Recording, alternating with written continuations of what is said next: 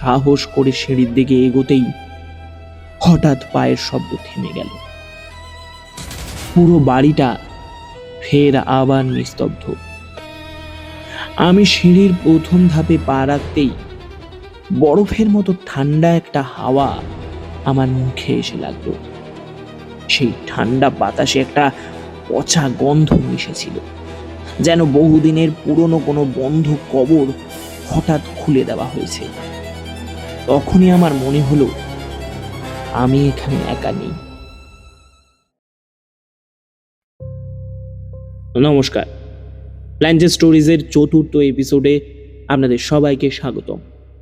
প্ল্যানজেট stories, যেখানে আমরা এমন কিছু ঘটনা আপনাদের সামনে তুলে ধরি যেই ঘটনাগুলির সাধারণত কোনো বৈজ্ঞানিক ব্যাখ্যা পাওয়া যায় না, কিন্তু ব্যাখ্যা না থাকলেও সেই সব ঘটনার সাক্ষী আমাদের থাকতে হয় সারা জীবন। আগের পর্বে মেদিনীপুরে ঘটে যাওয়া একটি ঘটনা তুলে ধরেছিলাম আপনাদের সামনে। শুধুমাত্র সরকারি চাকরির লোভে একজন মা বাবা তার ছেলেকে হারিয়েছিল। একজন প্রেমিকা তার ভালোবাসার মানুষকে চিরতরের জন্য হারিয়ে ফেলে। কিন্তু আজকের ঘটনা সম্পূর্ণ আলাদা। যে ঘটনা শুনলে আপনারাও ভয় পেতে বাধ্য। আজকে আপনাদের সঙ্গে রয়েছে আমি সায়ন, সাউন্ডে রয়েছে সুবর্ণ এবং মৃণাল, গ্রাফিক্সে সৌভিক। প্রতি শনিবার সন্ধ্যা 7টায় শুনতে পাবেন প্ল্যানজেট স্টোরিজের নতুন এপিসোড। আপনাদের জীবনেও যদি এরকম কোনো অলৌকিক ঘটনা ঘটে থাকে যা আপনারা সবার মাঝে তুলে ধরতে চান, তাহলে আপনারা ঘটনাটি লিখে পাঠান 8100405423 এই নাম্বারে। আজকের এই হাড় হিম করা ঘটনাটি পাঠিয়েছেন সৌম্য সাহা। ঘটনায় স্থানের নাম আমরা উল্লেখ করিনি।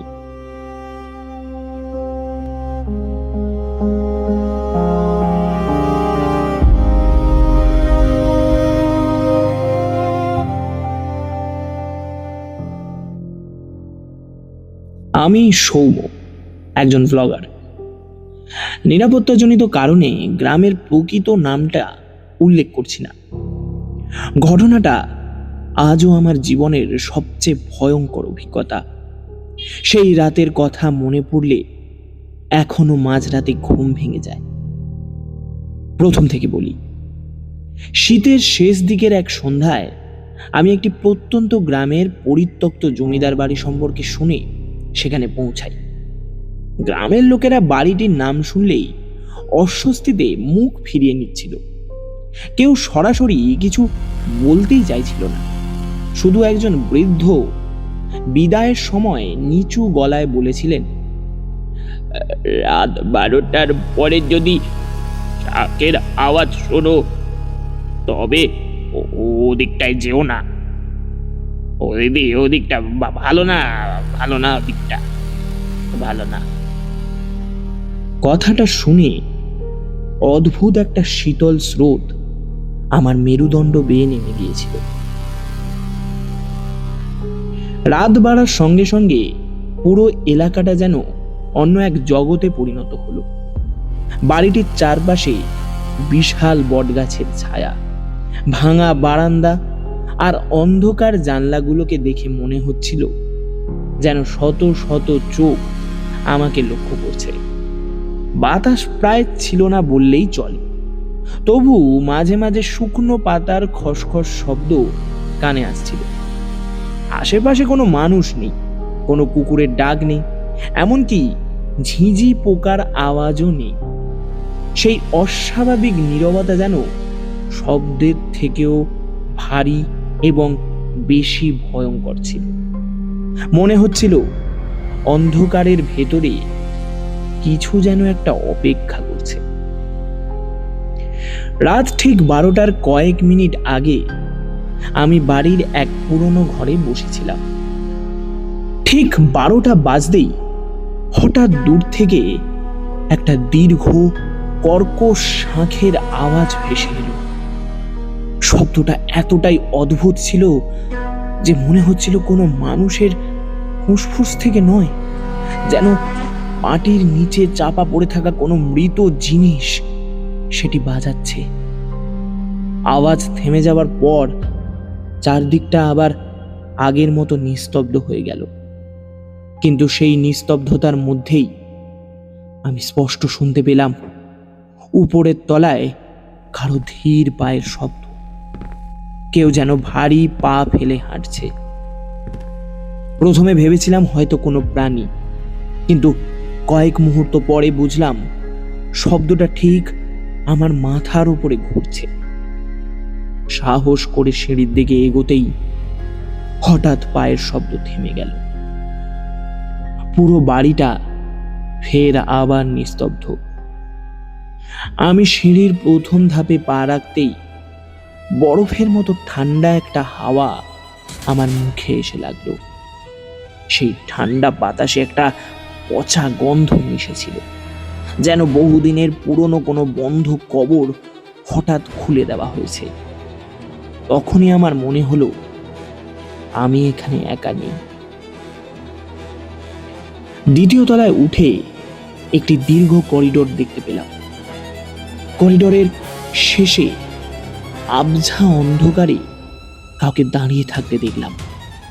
প্রথমে ভেবেছিলাম আলো আঁধারির ভূত, কিন্তু কিছুক্ষণ পর বুঝলাম সেটা সত্যি একটি মানুষের আকৃতি। সাদা পোশাক পরা অস্বাভাবিক লম্বা এক নারী।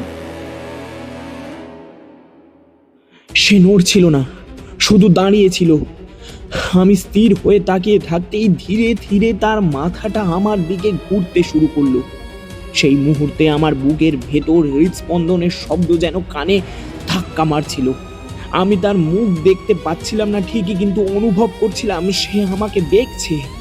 কয়েক পা পিছিয়ে যেতেই আবার সেই শাঁখের আওয়াজ শুনতে পেলাম। এবার শব্দটা অনেক কাছে, যেন আমার কানের পাশেই কেউ ফু দিচ্ছে।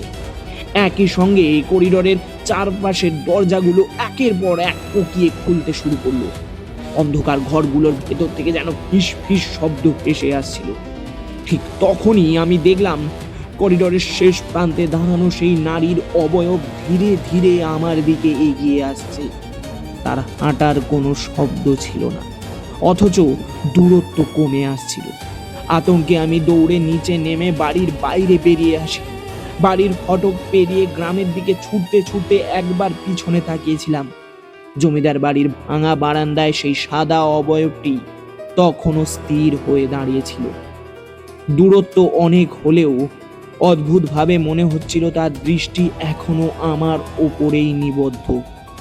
আমি আর এক মুহূর্ত সেখানে থাকিনি।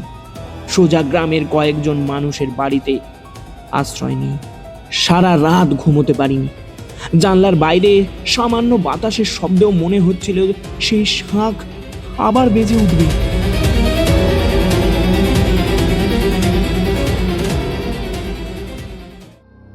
পরদিন সকালে গ্রামের কয়েকজন প্রবীণ মানুষের সঙ্গে আমি কথা বলি। তারা দীর্ঘক্ষণ চুপ করে থাকার পর সেই আত্মার কাহিনী জানালেন।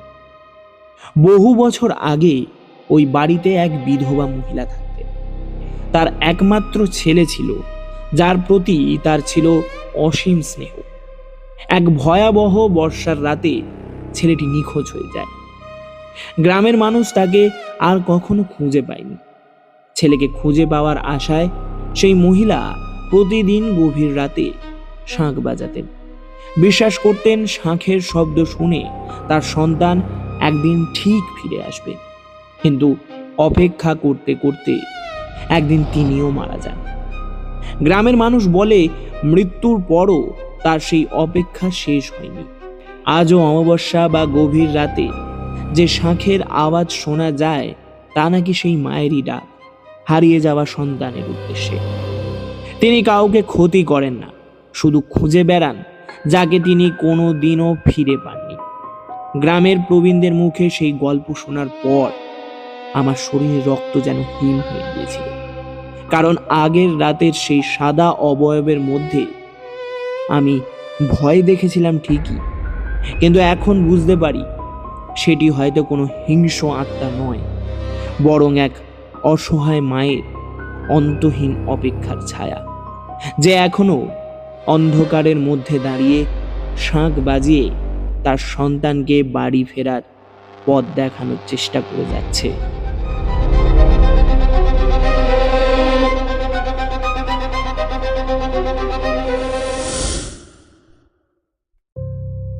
সত্যি কি ভয়ঙ্কর ঘটনা।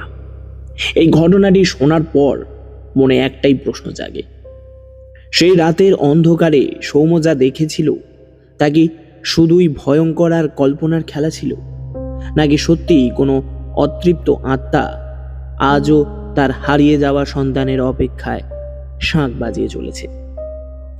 অসংখ্য ধন্যবাদ সৌম্যকে আমাদের সঙ্গে তার এই শিহরণ জাগানো অভিজ্ঞতা ভাগ করে নেওয়ার জন্য। তো বন্ধুরা, এই ছিল আজকের পর্বের রহস্যময় ঘটনা।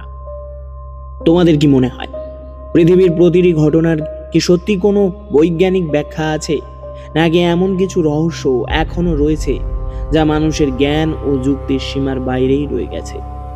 আপনাদের মতামত অবশ্যই কমেন্টে জানাতে ভুলবেন না। আর যদি আজকের এপিসোড আপনাদের ভালো লেগে থাকে তাহলে ভিডিওটি লাইক করুন এবং চ্যানেলটি সাবস্ক্রাইব করুন এবং সাথে সাথে বেল আইকনটি প্রেস করে রাখুন, যাতে প্ল্যানচেট স্টোরিজের আগামী সব রহস্যময় ও ভয়ঙ্কর ঘটনাগুলি সবার আগে আপনারাই শুনতে পারেন। আর আপনাদের জীবনেও যদি ঘটে থাকে এরকম কোনো অদ্ভুত, অলৌকিক কিংবা ভয়ঙ্কর অভিজ্ঞতা, তাহলে সেটি লিখে পাঠান আমাদের হোয়াটসঅ্যাপ নাম্বার 8100405423 এই নাম্বারে। হয়তো আপনার পাঠানো ঘটনাটি হবে আমাদের আগামী পর্বের রহস্যময় ঘটনা। আমি সায়ন, সঙ্গে ছিল সুবর্ণ, মৃণাল এবং সৌভিক। আজকের মতো বিদায় নিচ্ছি। আবার দেখা হবে আগামী শনিবার ঠিক সন্ধ্যা 7টায় নতুন কোনো অজানা রহস্য, নতুন কোনো ভয়ঙ্কর ঘটনার সঙ্গে। ততক্ষণ পর্যন্ত সাবধানে থাকুন আর মনে রাখবেন, সব সময় সব জায়গায় আপনি একা নাও থাকতে পারেন। শুভরাত্রি।